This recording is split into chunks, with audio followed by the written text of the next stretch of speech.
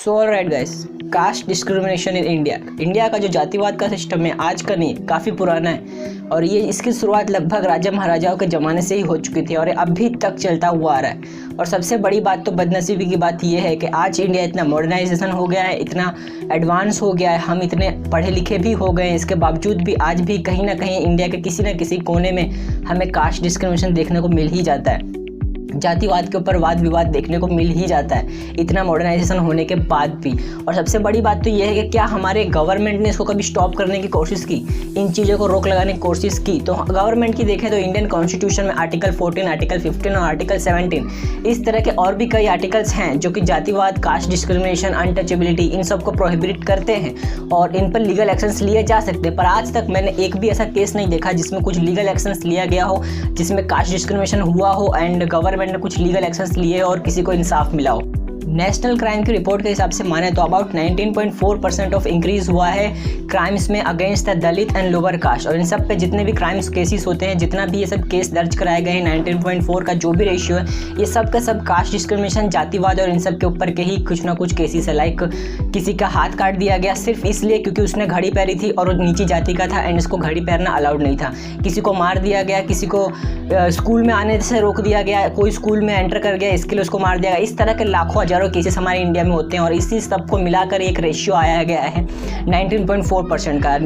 इतने सारे क्राइम्स हो रहे हैं एंड किसी को कोई घंटा फर्क नहीं पड़ रहा है। इंडियन कॉन्स्टिट्यूशन में बहुत सारे रूल्स हैं लेकिन रूल्स आज तक अप्लाई होते हुए मैंने नहीं देखे। और सबसे बड़ी बदनसीबी की बात तो ये है कि कहीं ना कहीं गवर्नमेंट भी इन सब चीज़ों को सपोर्ट करती हुई नजर आती है कोई ना कोई केसेस में। अभी जो रिसेंटली केस हुआ हमारा हाथरस का जो इंसिडेंट हुआ, उस पर हमने काफ़ी अच्छी रिपोर्ट देखी थी, द क्विंट ने बनाई थी। द क्विंट द्वारा एक रिपोर्ट उन्होंने जारी की थी जिसमें दिखाया गया था कि किस तरह से उस गाँव में जातिवाद अभी भी पनप रहा है और किस तरह से लड़कियों को और औरतों को एकदम इतने नीचे लेवल का दर्जा दिया जाता रहा है। और अब अभी भी आज हम इतने मॉडर्न हो गए हैं, इतना नए नए टेक्निक्स आ गई है। इंडिया कहते हैं कि इंडिया काफ़ी अच्छा बेटर एजुकेटेड हो गया है, पहले से काफ़ी अच्छा एजुकेशन उसने सीख लिया है, सब सीख लिया। लेकिन सबसे बड़ी शर्म की बात तो ये है कि जो यूथ है, इंडिया का यूथ है, वो भी इन सब चीज़ों में कहीं ना कहीं फंसा हुआ है। कितने भी हैं, कितने सारे यंगस्टर्स हैं जो अभी कहीं ना कहीं इन सब जातिवाद में और कास्ट डिस्क्रिमिनेशन करते हुए नजर आते हैं। चलो खैर, अगर जो बूढ़े लोग होते, पुराने लोग होते तो हम मानते हैं कि उनकी विचारधारा ही कुछ इस तरह की है, उस जमाने की है। लेकिन मोस्ट ऑफ यंगस्टर्स को भी देखा है and most of the educated और वेल प्रॉपर एजुकेटेड यंगस्टर्स को मैंने इन सब चीज़ों पर काम करते हुए देखा है कि तू लोअर कास्ट का है, मैं अपर कास्ट का हूँ, ये न वो। तो ये पता नहीं कब खत्म होगा, मैं भी हमारे इंडिया में से। और इसका मेन रीज़न ये मैं मानता हूँ कि यूथ को भी ये सब चीज़ों में विश्वास करना पड़ जाता है। ये इसलिए क्योंकि उनके घरों से ही सिखाया जाता है, उनके जो पेरेंट्स हैं उनको बचपन से इन सब चीज़ों में ट्रीट करने लग जाते हैं, जिसके कारण वो इतने वेल एजुकेटेड और इतने वेल पढ़े लिखे होने के बाद भी इन सब चीज़ों से छूट नहीं पाते हैं। सो ऑलराइट, ये सब चीज़ें कभी भी ख़त्म नहीं होगी अगर जो ये सब चीज़ें को जड़ से नहीं मिटाया गया। हालांकि इंडियन कॉन्स्टिट्यूशन में काफ़ी सारे ऐसे नियम बनते रहेंगे लेकिन इसका कुछ भी फ़ायदा नहीं होने वाला है।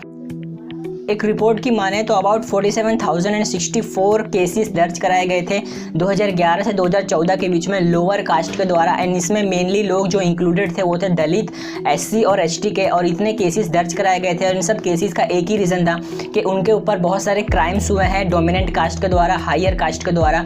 और दूसरी बात तो ये कि 13,975 केसेस दर्ज कराए जा चुके हैं पिछले कुछ 1 या 2 सालों में।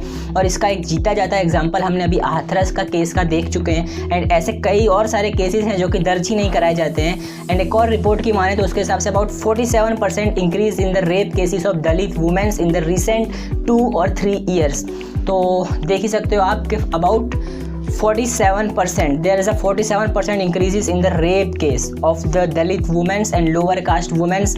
और ये सब तो चीज़ें हैं लोअर कास्ट की, जो ट्राइब हैं, जो ट्राइब एरिया में रहते हैं, जो कि आदिवासी एरिया में रहते हैं, उनका तो अभी रिपोर्ट आती ही नहीं है। तो कुछ इस तरह का इंडिया का हाल है। यहाँ पे कॉन्स्टिट्यूशन तो बनते हैं, नियम तो बनते हैं, रूल तो बनते हैं, लेकिन फॉलो नहीं होते हैं। और सबसे बुरी बात तो ये है कि गवर्नमेंट ही फॉलो नहीं करती है, बस रूल बनने को बन जाते हैं और किताबों में रखे रह जाते हैं।